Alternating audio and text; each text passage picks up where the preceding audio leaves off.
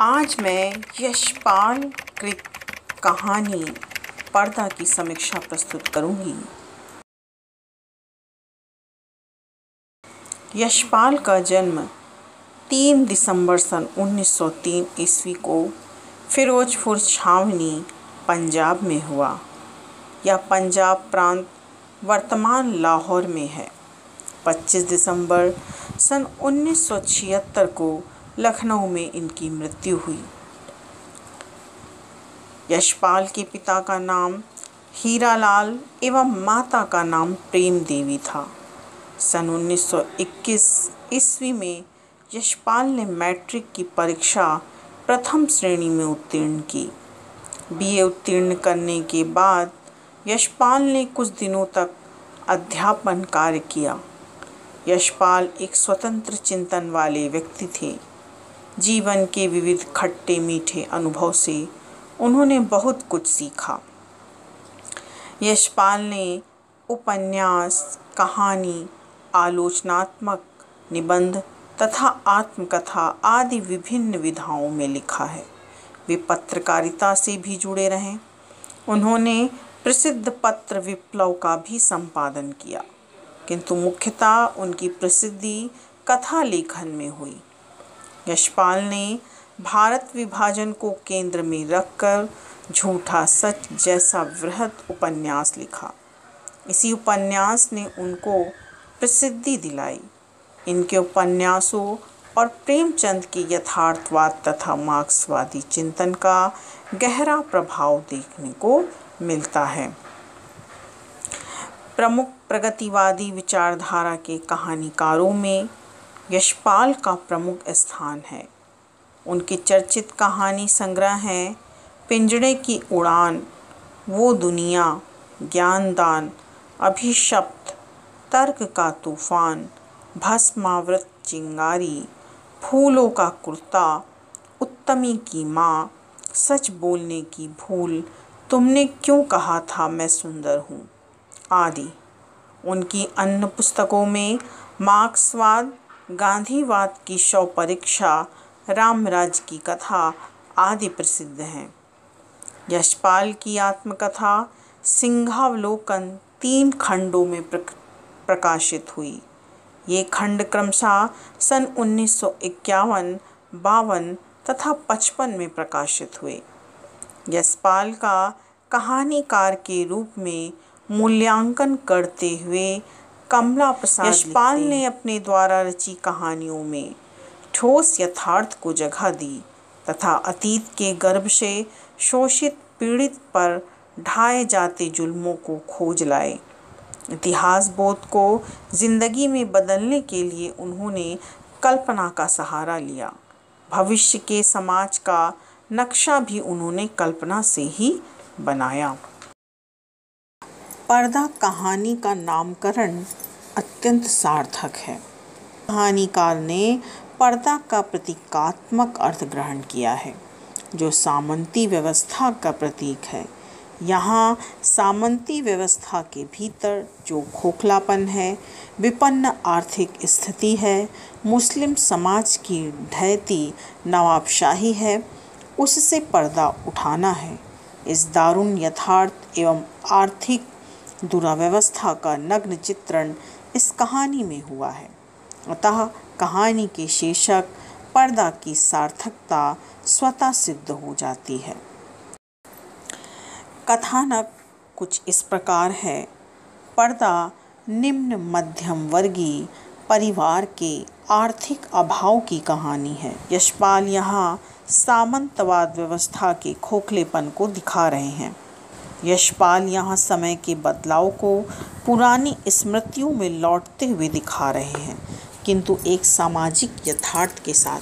पर्दा धीरे धीरे जर्जर हो गया है, अर्थात सामंती व्यवस्था समाप्त हो रही है, किंतु पर्दा के माध्यम से चौधरी पीर बख्श अपनी पुश्तैनी शान शौकत, संपन्नता और कुलीनता को दिखाना चाहते हैं, पर वास्तविकता छिप नहीं पाती और पीर बख्श की माली हालत कमज़ोर हो जाती है। चौधरी मिल में मुंशीगिरी करते हैं, 12 रुपया महीना वेतन मिलता है, जिसमें 2 रुपया घर का किराया हो जाता है। घर परिवार का खर्च चलाना मुश्किल होता चला जा रहा है, जबकि चौधरी की तनख्वाह 15 बरस में 12 से बढ़कर 18 ही हुई है। ऐसी स्थिति में चौधरी को पंजाबी खान बब्बर अली खां से कर्जा लेना पड़ता है। कर्ज चुकाना चौधरी के लिए इज्जत का सवाल बन जाता है, क्योंकि मिल का मालिक पेशगी यानी कि अग्रिम राशि देने से मना कर देता है। यहीं से कहानी में एक द्वंद्व पैदा होता है। चौधरी तनाव में आ जाते हैं, घर से भागने लगते हैं। घर में स्त्रियों के पास पहनने को ना कपड़ा है, ना खाने को अनाज, किंतु उनके घर की ड्योढ़ी पर दरोगा साहब के ज़माने की पलंग की रंगीन दरियाँ एक के बाद एक ड्योढ़ी पे लटकाई जाने लगी। इस सारी बस्ती में चौधरी ही पढ़े लिखे सफ़ेद पोश थे। सिर्फ उनके ही घर की ड्योढ़ी पर पर्दा था। सब लोग उन्हें चौधरी जी, मुंशी जी कहकर सलाम करते। उनके घर की औरतों को कभी किसी ने गली में नहीं देखा। लड़कियां 4-5 बरस तक किसी काम काज से निकलती और घर की आबरू के ख्याल से उनका बाहर निकलना मुनासिब ना था। पीरबख्श खुद ही मुस्कुराते हुए सुबह शाम कमेटी के नल से घड़े भर लाते। मकान की ड्योढ़ी के किवाड़ गलते गलते बिल्कुल गल गए। कई दफ़ा कसे जाने से पेच टूट गए और सुराख ढीले पड़ गए। यहाँ गलते किवाड़ जीर्ण शीर्ण व्यवस्था के प्रतीक हैं। चोर से ज़्यादा फिक्र थी आबरू की। किवाड़ न रहने पर पर्दा ही आबरू का रखवाला था। आखिर पीरबख्श की आर्थिक स्थिति कब तक छिपी रहती। खान की किश्त ना दे सकने की हालत में अपने घर के दरवाजे पर फजीयत हो जाने की बात ख्याल कर चौधरी के रुएं खड़े हो जाते। 7 महीने फाका करके भी वे किसी तरह से किस्त देने चले गए, लेकिन जब सावन में बरसात पिछड़ गई और बाजरा भी रुपए का 3 सेर मिलने लगा, किस्त देना संभव ना रहा। मौला सब देखता है, खैर करेगा। कथन में पीरबख्श की विवशता है। घर में बच्चों, पत्नी और माँ का गिरता स्वास्थ्य पीरबख्श की चिंता का कारण है। वहीं दूसरी ओर खान की किश्त चुकाना उसके लिए ही नहीं, पूरे परिवार की इज्जत बचाने का संकट है। इन दोनों परिस्थितियों के तनाव को दिखाने में पूर्ण सफलता प्राप्त की गई है। यह कहानी का मध्याह्न है। चौधरी पीरबख्श की बिगड़ी आर्थिक स्थिति दिखावे से पर्दा जब हट जाता है, जब खान किश्तों के पैसे की वसूली के लिए चौधरी के घर आ पहुंचता है, क्रोधित खान कहता है, पैसा नहीं देना था, लिया क्यों? तनख्वाह किधर में जाता? आरामी हमारा पैसा मारेगा, आज तुम्हारा खाल खींच लेगा। पैसा नहीं है तो घर पर पर्दा लटका के शरीफ ज़्यादा कैसे बनता? तुम हमको बीबी का गहना दो, बर्तन दो, कुछ भी दो, तो ऐसे नहीं जाएगा। तब खान आग बबूला हो गया, तुम्हारा दुआ क्या करेगा? तुम्हारा खाल क्या करेगा? उसका तो जूता भी नहीं बनेगा। तुम्हारा खाल से तो टाट अच्छा। यशपाल यहाँ पूंजीवाद के शोषक चेहरे को हमारे सामने रखते हैं, जिनके लिए मनुष्य की भावनाएं कोई मायने नहीं रखती, केवल वे अपना हित साधते हैं। तुम्हारा खाल से तो टाट अच्छा कथन इसी ओर संकेत कर रहा है। खान ने जैसे ही ड्योढ़ी पर लटका दरी का पर्दा झटका तो मानो पीरबख्श की यथार्थ स्थिति सबके सामने उजागर हो गई। ड्योढ़ी पर पर्दा हटने के साथ ही जैसे चौधरी के जीवन की डोर टूट गई। वह डगमगाकर जमीन पर गिर पड़े। इस दृश्य को देख सकने की ताप चौधरी में ना थी, परंतु द्वार पर खड़ी भीड़ ने देखा। घर की लड़कियां और औरतें पर्दे की दूसरी ओर घटती घटना के आतंक से आंगन के बीचों बीच इकट्ठी हो खड़ी हो कांप रही थीं। सहमा पर्दा हट जाने से औरतें ऐसी सिकुड़ गईं जैसे उनके शरीर का वस्त्र खींच लिया गया हो। वह पर्दा ही तो घर भर की औरतों के शरीर का वस्त्र था। उनके शरीर पर बचे चिथड़े उनके 1/3 अंग ढकने में भी असमर्थ थे। यशपाल ने अंत में कथानक को चरमोत्कर्ष पर पहुंचा दिया है और पर्दा के गिरते ही कहानी का पटाक्षेप हो जाता है।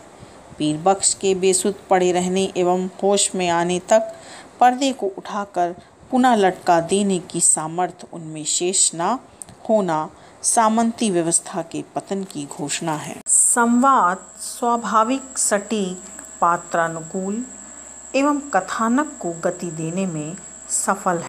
पात्र एवं चरित्रण। चौधरी पीरबख्श पर्दा कहानी में मुख्य पात्र हैं। पंजाबी खान बब्बर अली खां, मकान मालिक सूरज पांडे अन्य पात्र हैं। चौधरी पीरबख्श की माँ, पत्नी एवं उसकी लड़कियाँ स्त्री पात्र हैं। चौधरी पीरबख्श ढहती सामंती व्यवस्था के प्रतीक हैं। पंजाबी खान साहूकारों का तथा सूरज पांडे एक लालची मकान मालिक के रूप में प्रतीकात्मक रूप से आए हैं।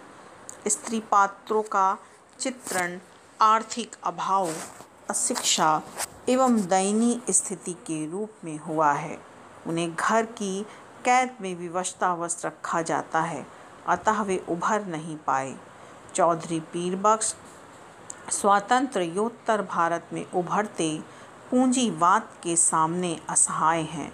वह जीर्ण शीर्ण सामंती व्यवस्था के अवशेष भर हैं। देश काल एवं परिस्थितियाँ। पर्दा स्वतंत्रता के बाद की मार्मिक कहानी है। इसमें आज़ादी के बाद देश में सामंतवाद का पतन एवं पूंजीवाद मिश्रित अर्थव्यवस्था के आगमन की सूचना मिलती है। भाषा शैली। पर्दा कहानी प्रतीकात्मक शैली में लिखी गई है। कहानी में यशपाल ने कल्पना का सहारा लेकर वर्णनात्मक, व्यंग्यात्मक एवं नाटकीयता का अद्भुत समन्वय किया है। मुस्लिम परिवेश को उभारने के लिए कहानीकार ने उर्दू, फारसी शब्दों का खुलकर प्रयोग किया है। महकमे, तालीम, ओहदे, कुनबा, वजीफ़ा, मुदरिश, मौला वालदा, दहशत, आबरू, फजीयत, पेशगी, जैफ, खैर आदि शब्दों का प्रयोग हुआ है। पर्दा, सफ़ेद पोश एवं ध्योड़ी शब्द प्रतीक रूप में आए हैं। रोएं खड़े होना, आग बबूला होना आदि मुहावरों का सार्थक प्रयोग हुआ है। मकान मालिक सूरज पांडे एवं पंजाबी खान के शब्दों में आक्रामकता है। चौधरी पीरबख्श के शब्दों में असहायता झलकती है। जैसे मौला सब देखता है, खैर करेगा। बिल्कुल बेबस लाचारी में दोनों हाथ उठा खुदा से खान के लिए दुआ मांग। पीरबख्श ने कसम खाई, एक पैसा भी घर में नहीं, बर्तन भी नहीं, कपड़ा भी नहीं। खान चाहे तो उसकी खाल उतार कर बेच ले। छोटे वाक्यों का प्रयोग कम हुआ है। उर्दू शब्दों की अधिकता से कहानी में जटिलता जरूर आई है, किंतु उससे मुस्लिम परिवेश उभर कर जीवंत हो उठा है। यथा इंशा अल्लाह चौधरी साहब के कुनबे में बरकत हुई। व्यंग्यात्मक शैली के प्रयोग से चमत्कार में वृद्धि हुई। जैसे चौधरी की तनख्वाह 15 बरस में 12 से 18 हो गई। खुदा की बरकत होती है तो रुपए पैसे की शक्ल में नहीं, आस औलाद की शक्ल में होती है। उद्देश्य पर्दा कहानी में स्वतंत्रता के पश्चात पतनशील सामंतवाद के खोखलेपन को उजागर करना और वर्तमान यथार्थ का कटु सामना कराना कहानीकार का प्रमुख उद्देश्य है। यशपाल इस कहानी के माध्यम से एक मध्यम वर्गीय परिवार की सामाजिक, आर्थिक विडंबनाओं एवं विवशताओं को बताना चाहते हैं। चौधरी पीरबख्श जैसे पात्र आर्थिक विपन्नता के बावजूद अपनी सामंती सोच, उच्च खानदान के नाम पर पुश्तैनी कुलीनता और संपन्नता का दिखावा करना, शारीरिक श्रम, मजदूरी आदि के कार्य को ना करना तथा उसे परिवार का अपमान समझना, स्त्री स्वातंत्र को महत्व ना देना और उसे पर्दे में कैद रखना, झूठी शान बघारना आदि ऐसे सामंती सोच के विचार पतनशीलता की निशानी है। यशपाल कहानी के शुरुआत में ही परिस्थितियों, घटनाओं एवं पात्रों की आर्थिक स्थिति का चित्रण करते चलते हैं, जो कहानी के उद्देश्य को पूर्ण करने की दिशा में सहायक है।